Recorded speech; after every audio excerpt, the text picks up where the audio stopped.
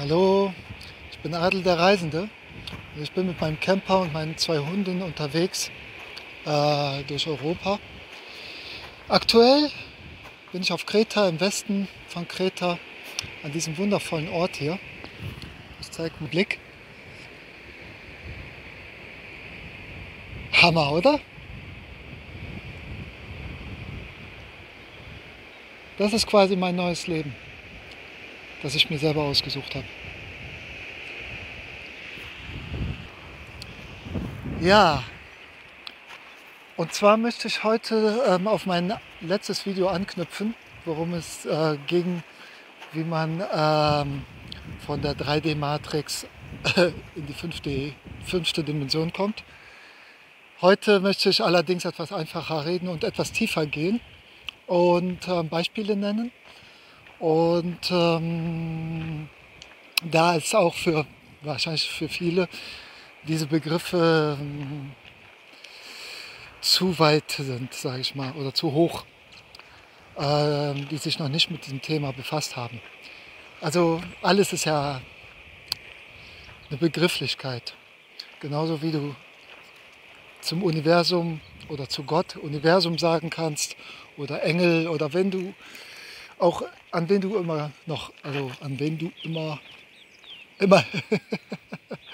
an wen du glaubst. Ja?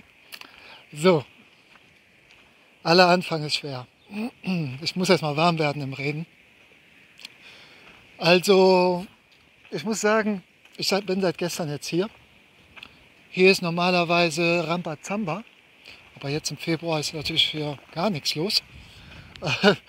Und umso schöner, also ich habe das heute schon hier so mega genossen, war auch schon schwimmen.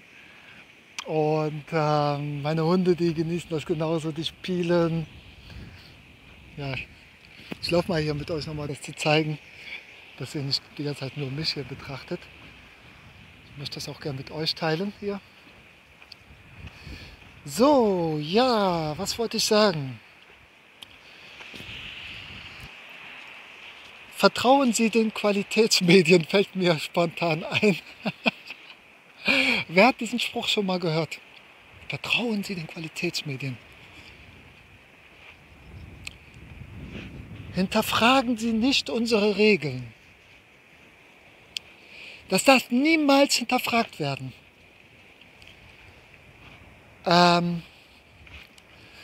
Also der Herr Wieler vom RKI, hat er es gesagt damals zu seinen Aha-Regeln. Oder Frau von der Leyen hat gesagt, vertrauen Sie unbedingt den Qualitätsmedien. Glauben Sie nicht den bla bla bla und so. Also, warum ich darauf anschließe, ist, ich sage, glaube nichts und vertraue nur deiner eigenen Intuition. Wirklich, hinterfrage alles. Alles muss hinterfragt werden in dieser Welt, in der wir leben. Ich will jetzt nicht 3D sagen, aber es ist 3D. Es ist die 3D-Matrix. In meinen Worten. Aber man kann auch sagen, in der konventionellen Welt. Also, erster Schritt, ich rede immer in Schritten. Hinterfrage alles. Es muss alles hinterfragt werden. Na? Selbst der Hund, der hinterfragt alles, ob er jetzt hier runterspringt oder nicht, ob er mir folgt oder nicht. Aber er macht es, weil er vertraut seiner Intuition, traut mir auch. So,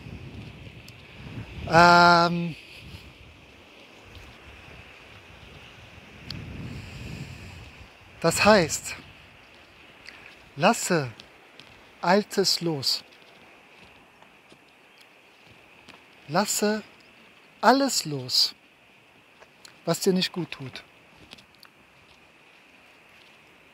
Wenn du was Neues haben willst in deinem Leben und dich verändern willst und weißt nicht wie, dann fang erst mal an, Altes loszulassen. Du musst nicht erstmal was Neues starten, weil das wird nicht funktionieren. Das ist ein Gesetz. Ich habe eine Zeit lang und immer noch zwischendurch nutze ich das I Ching-Orakel. Das ist ein altchinesisch-chinesisches Orakel. Und das ist so treffend immer. Das geht über den Zufallsgenerator, ist aber kein Zufall. Man kann auch Münzen werfen, aber kann es auch im Internet machen. Und das sagte mir schon öfters so, Altes muss gehen, damit Neues kommen kann. Genau dieser Spruch, der ist mir eingebrannt. Und das stimmt. Du musst erstmal Altes abschließen, loslassen und nicht zurückschauen, sondern nach vorne dann. Und dann kommt auch das Neue. Und dann kriegst du neue Möglichkeiten. Eine Tür muss zugehen, damit die andere sich öffnet.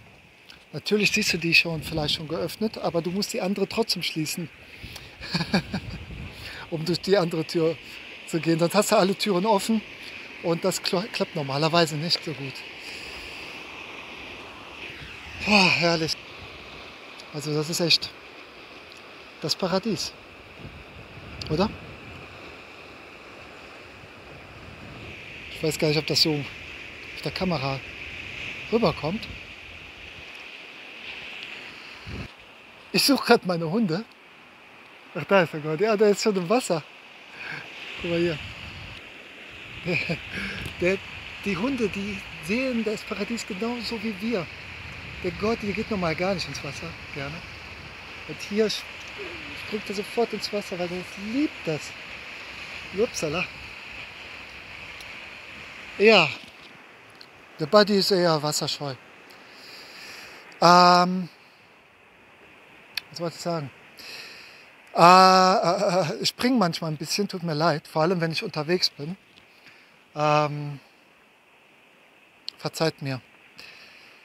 Aber das macht meine Videos halt aus, weil ich ein Reisender bin. Laufe ich auch hier im Außen rum und reise hier durch die Geschichte herum, zeige euch das, aber zeige auch meine innere Reise und erzähle euch dann, was mich so beschäftigt, beziehungsweise was mir so einfällt. Und zwar möchte ich auch über das Manifestieren reden heute. Aber es geht erstmal darum, Altes loszulassen. Ich muss lachen über den Gordi.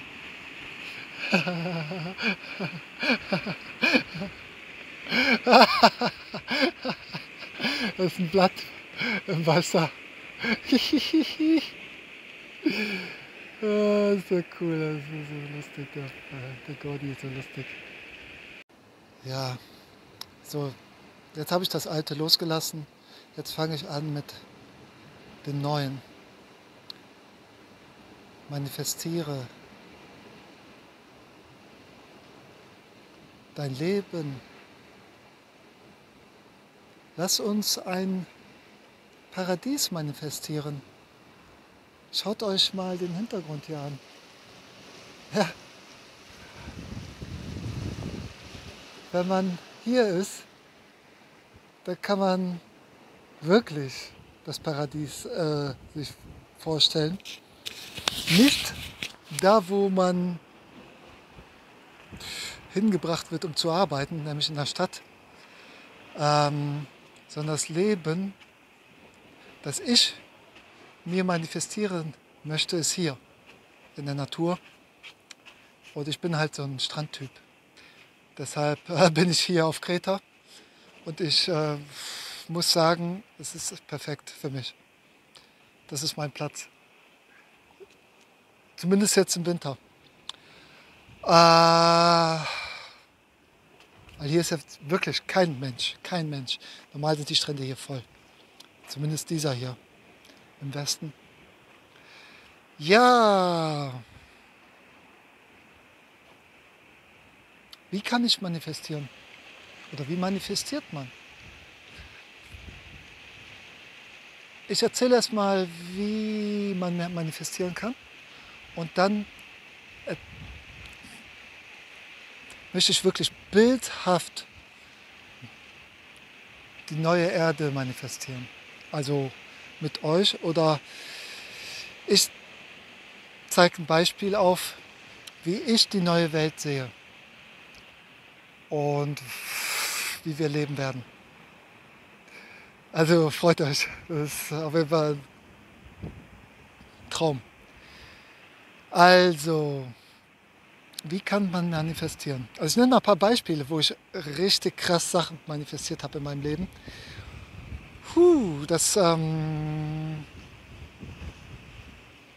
Da kann man von Zufällen reden oder Schicksal oder Synchronizitäten. Das wird wahrscheinlich eines meiner nächsten Themen, wahrscheinlich das nächste Thema, weil das damit auch was zu tun hat. Im nächsten Video. Also manifestieren, ja, wenn man hoch schwingt, das heißt, wenn du in der Liebe bist, in der Freude, kannst du am besten manifestieren mit deinen Emotionen. Du musst mit Begeisterung dir etwas bildhaft ausmalen und richtig ins Gefühl gehen und dich schon darauf freuen und dein Unterbewusstsein das so eintrichtern. Ja, du kannst dein Unterbewusstsein eigentlich verarschen, kann man schon sagen, dass es das glaubt, dass es schon so ist. Und dann hast du dir diese Situation, wirst du dir in dein Leben ziehen und das, was du dir wünschst, wirst du dann bekommen.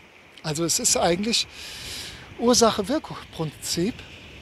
Also du setzt die Ursache durch deinen festen Glauben, dass du dir da hundertprozentig sicher bist, dass es das schon in deinem Leben ist, so wie du es dir wünschst.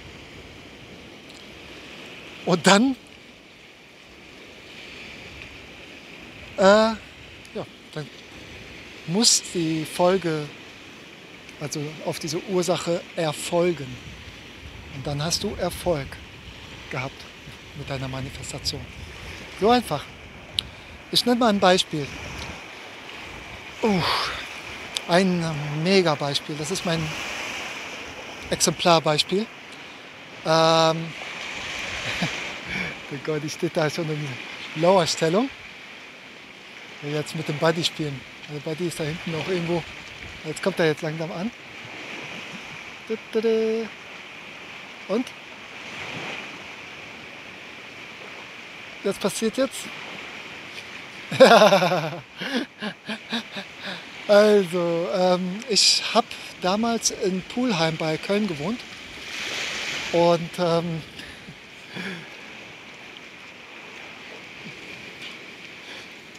die zwei Hunde, die sind der Hammer. Denen geht es hier genauso gut wie mir. Die lieben diesen Platz einfach.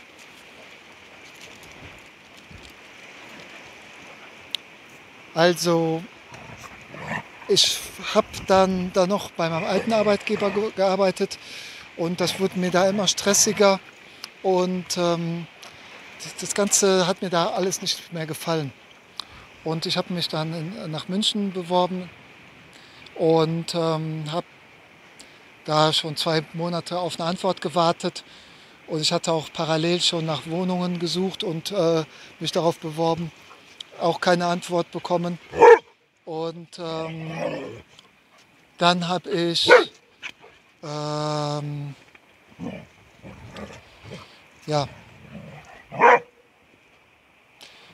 mir das gewünscht einfach. Dann habe ich nach einem wundervollen Tag, einem wirklich wundervollen Tag, habe ich abends mit meiner damaligen Freundin auf meinem Balkon gesessen, habe mir die Sterne angeschaut. Klarer Himmel, sternklarer Himmel. Wir hatten einen wunderschönen Tag am See und ich habe wirklich hochgeschwungen. Und dann habe ich gesagt, okay, lieber Gott oder das Universum oder was auch immer, wen ich da angesprochen habe oder mir selber, ich wünsche mir, und dann habe ich ganz konkret mir was gewünscht, dass ich den Job bekomme, bei dem ich mich beworben habe.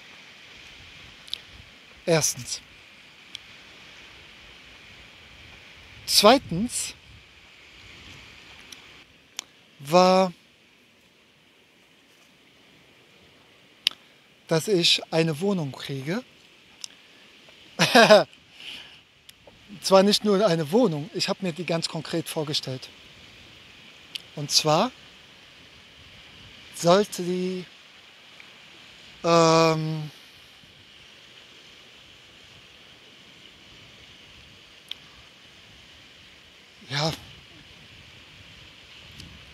ich muss ganz kurz machen. Ich habe mir die Quadratmeterzahl gewünscht, einen kleinen Rahmen, Preis, Lage im Süden von München, sodass ich mit dem Fahrrad zur Arbeit fahren konnte und maximal eine halbe Stunde Radweg an der Isar entlang. In der Nähe von der Isar sollte die Wohnung sein und also im Süden, dass ich auch schnell in die Alpen fahren kann. Ja. Ah nee, der zweite Wunsch, also das war der zweite Wunsch. Der dritte Wunsch war eine Sternschnuppe. Ich habe mir eine Sternschnuppe gewünscht zur Bestätigung.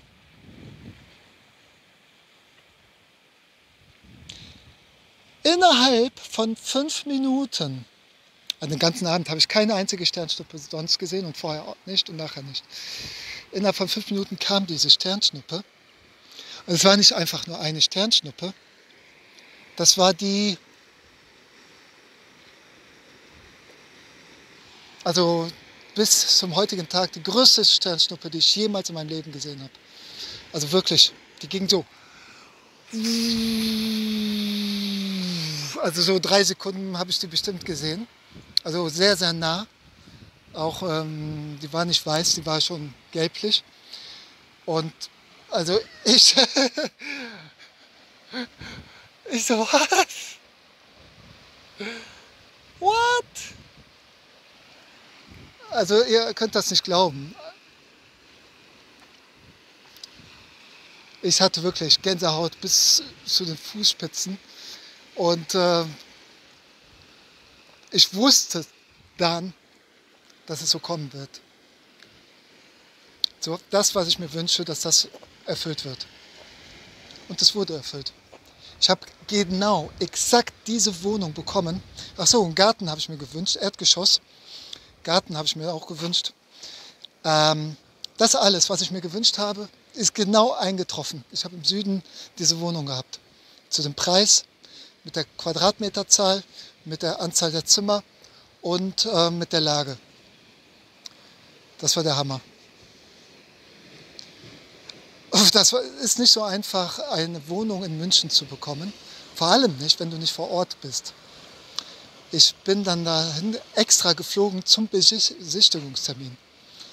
Ich habe den sogar gekriegt, obwohl die nicht eigentlich, ich habe gesagt, ich habe einen Hund. Also wir hatten dann damals noch die Bella. Und dann haben die sich nicht mehr gemeldet, dann habe ich da angerufen. Dann habe ich gesagt, das ist der liebste Hund überhaupt, der bellt nicht und alles. Also das, ja, und die Frau, die wollte mich. Die sagte, ja, Sie sind eigentlich unser Favorit, aber der Hund. Oh, okay. Ja, und ich bin dann hingeflogen und dann hat das alles gepasst. Und ich habe die Wohnung gekriegt. Soweit zu Manifestation. Und Manifestation ist die Schöpferkraft, die wir haben. Das ist unsere Schöpferkraft. Wir sind Schöpferwesen. Wir dürfen uns nicht von anderen unser Leben diktieren lassen, sondern wir sind der Diktator unseres Lebens.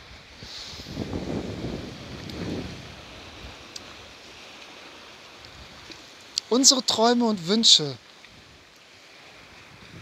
ja, sind unsere Ziele.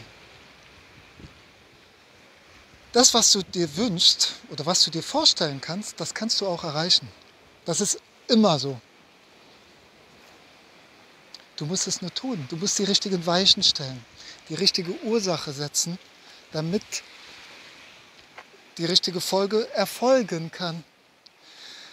Oh, es ist mal einfach gesagt als getan, ne? Aber ich habe es ja gemacht. Mit meinem Beispiel kann ich da natürlich jetzt selbstbewusst reden. Es ist natürlich nicht immer so einfach, ne? Nur, ich glaube, wenn es als nächstes dran ist, vielleicht ist manchmal andere Dinge haben Vorrang, wie zum Beispiel Altes loszulassen. Wenn du das nicht gemacht hast, dann kann das Neue nicht kommen. Was noch? Das war jetzt ein super, super Beispiel für Manifestation. Habe ich noch ein Beispiel? Wollt ihr noch eins hören? Ja, ich lasse das jetzt mal so stehen, weil es geht jetzt nicht um meine Beispiele. Also es ist jetzt ein Beispiel. Es geht jetzt eigentlich darum, wie wir uns die neue Erde manifestieren können. Oder was du dir für deine eigene Erde, sage ich mal, dein eigenes Universum manifestieren kannst. Wir sind die Erschaffer unserer eigenen Realität. Ja? Jeder hat seine eigene Realität. Da, wo du gerade bist, hier, wo ich jetzt bin, das ist mein Universum. Niemand anderes auf dieser Welt sieht jetzt diesen Fleck. Dieser Fleck wird nur für mich jetzt gerade hier dargestellt in meinem Animationsspiel. Das geht da jetzt zu weit, glaube ich.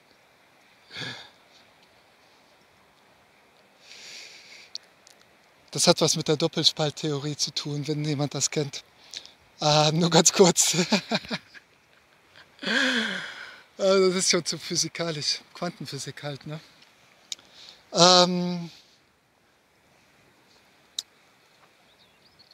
Also, was glaube ich, was kommen wird? Oder was stelle ich mir vor? Also, das ist ja immer so, ich schaue im Außen, sehe, beobachte das Außen, versuche es aus einer anderen Perspektive einzunehmen. Und dadurch entwickelt sich bei mir dann eine Idee, wie ich mir die Zukunft vorstellen kann, und dann manifestiere ich die auch so ein bisschen. Also ich stelle mir jetzt nicht irgendwas vor, so, was total unrealistisch sein kann, obwohl es ist, alles ist möglich, aber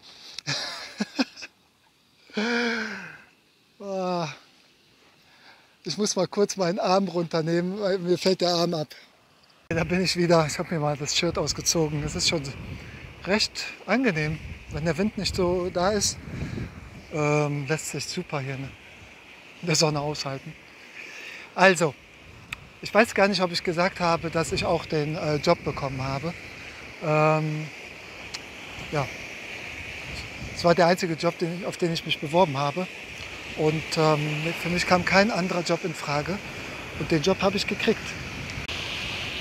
Also wie sieht meine neue Welt aus? Ungefähr so, wie das hier. Also ich stelle mir vor, so zu leben, also ich lebe ja schon so,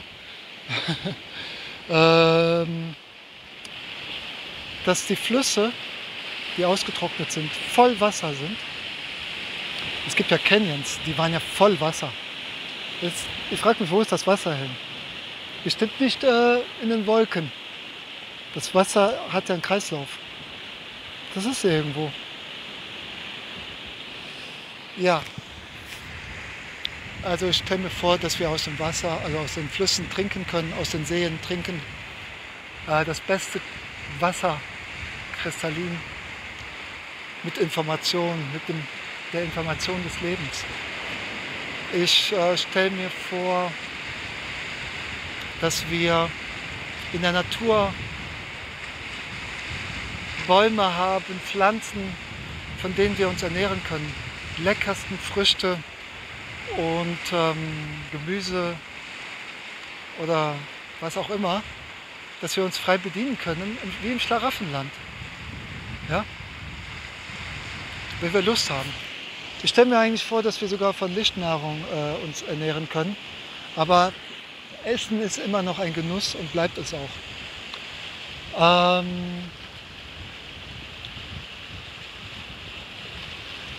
Was noch? Ich stelle mir vor, dass wir alle eine Menschheitsfamilie sind, dass wir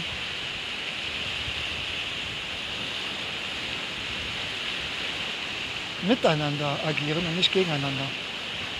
Kein Konkurrenzdenken mehr. Und keine Ellenbogengesellschaft. Ich wünsche mir eine neue Welt, in der wir zusammen in Harmonie und Liebe leben, in Frieden, in Freude, in Fülle, die 3 Fs, und in Freiheit, das 4. F. Das sind meine Werte. Niemand von uns muss arbeiten. Wir werden unserer Berufung nachgehen. Das, wofür wir uns gerufen fühlen, der innere Ruf quasi, ist die Berufung. Und nicht unser Beruf, den wir ausüben, weil wir den erlernt haben in der Schule oder im Studium oder in der Ausbildung. Ich wünsche mir, ja, jeder Mensch hat seine eigene Berufung und seine eigenen Gaben, die er zum Wohle des Ganzen beitragen kann. Und wir werden das alles miteinander gestalten, das Paradies auf Erden leben. Es wird immer so ein Wetter sein wie hier jetzt. Ich sag mal so, also könnte auch ein paar Grad wärmer sein, 20 Grad bis 25 Grad. Und ein paar Schäfchenwolken wie hier, ja? Echte Wolken, ja? Nicht das, was wir in Deutschland sehen. Diese Schleierwolken gibt es hier nicht. Dann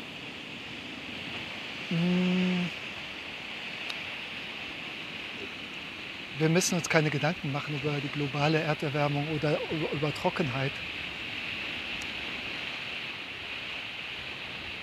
Das ist uns künstlich auferlegt worden. In der Welt, in der ich lebe oder leben werde, gibt es keine Hungersnöte, weil wir sind da nicht auf Essen angewiesen. Und gibt auch keine Wasserknappheit. Und es muss auch nicht regnen, weil die Pflanzen können auch ohne Wasser auskommen oder die holen sich das Wasser irgendwie aus der Erde. Wir haben neue Technologien, freie Energie. Ich habe schon als Kind an Teleportation gedacht, also so Beamgerät wie bei den Science-Fiction-Filmen. Ich weiß nicht mehr den Namen. Und ich habe immer gesagt, ich erfinde mal sowas. Keine Ahnung, warum ich das so gedacht habe, aber ich glaube, ich habe mich erinnert. Ich konnte sogar fliegen als Kind. Ich habe mir das vorgestellt. Mit meiner Gedankenkraft erst das eine Bein hoch, in meinem Zimmer, ne? Die Arme auseinandergehalten und dann das zweite Bein. Dachte ich, oh, jetzt muss ich ja noch das zweite Bein hoch machen. Dann fliege ich ja schon, dann schwebe ich. Hab das gemacht und ich bin geschwoben, ne? Geschwebt? Keine Ahnung. Ich schwebte. Ich habe direkt beide Beine wieder runtergesetzt. Bin zu meiner Mutter runtergerannt und wollte ihr das vorführen. Guck mal, ich kann fliegen. Ach Quatsch. Ja, zeig mal. Und dann hat es natürlich nicht mehr geklappt. Die Fantasie, die kann so viel bewirken. Mit der Fantasie können wir alles manifestieren, was wir wollen. Wenn du fest daran glaubst. Wenn du fest an dich glaubst, kannst du alles erreichen. Und das ist das Selbstvertrauen. Du musst einfach dich selber vertrauen. Du musst dahin kommen. Wie habe ich das geschafft, selbst in mein Selbstvertrauen zu kommen? Ja, in die Selbstliebe und dann kommt das Selbstvertrauen von selber. Ich weiß nicht. Ist ja auch jetzt nicht das Thema. Ich habe da ja schon drüber geredet. Natürlich, man kommt ins Selbstvertrauen, wenn man zu sich steht und dann merkt, dass es dann alles für dich läuft. Und dann kriegst du Vertrauen in dich selbst. Also Selbstvertrauen. Was noch? Also, ja, ich wünsche mir so eine Gemeinschaft von Menschen, die Spaß miteinander haben, Freude, miteinander spielen, tanzen, singen, Lagerfeuer machen, Gitarre spielen und sowas. Und wir werden Kontakt haben mit der geistigen Welt, sogar mit lichtvollen Außerirdischen, die uns gut gesonnen sind, die uns helfen, die auch in der 5D sind, wie die Plejaden zum Beispiel. Das sind meine Sterngeschwister übrigens. Dazu erzähle ich mal ein anderes Mal was. Es gibt auch die Arcturianer, Sirianer und so weiter. Anderes Thema. Die sind uns alle gut gesonnen. Wir werden die dann auch wahrnehmen können und die können sich auch materialisieren dann auf der 5D-Welt. Und das wird einfach wie im Film sein, also wie im Science-Fiction-Film, nur schöner. Ich mag den Film Matrix eigentlich gar nicht, weil er zeigt einfach, was hinter der Matrix ist dunkel und das ist nicht so, das ist einfach falsch. Was hinter der Matrix ist das Licht. Und uns wird in den Filmen immer ein Teil der Wahrheit gezeigt, aber nur den Teil.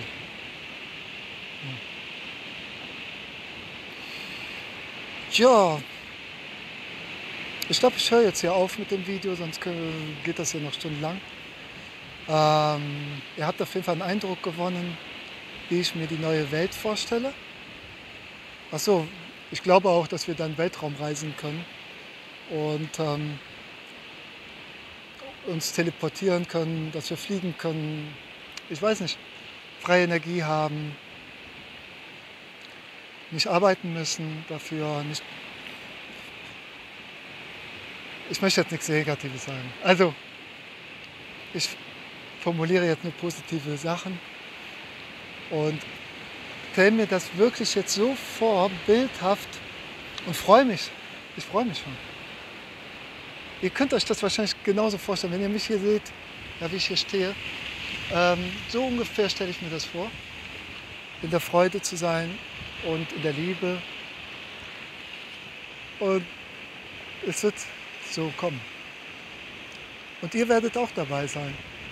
Jeder von euch, der dieses Video sich jetzt bis zum Ende hier angeschaut hat, der wird dabei sein. Und ich freue mich, euch dann wiederzusehen in 5D. Euer Adel, der Reisende.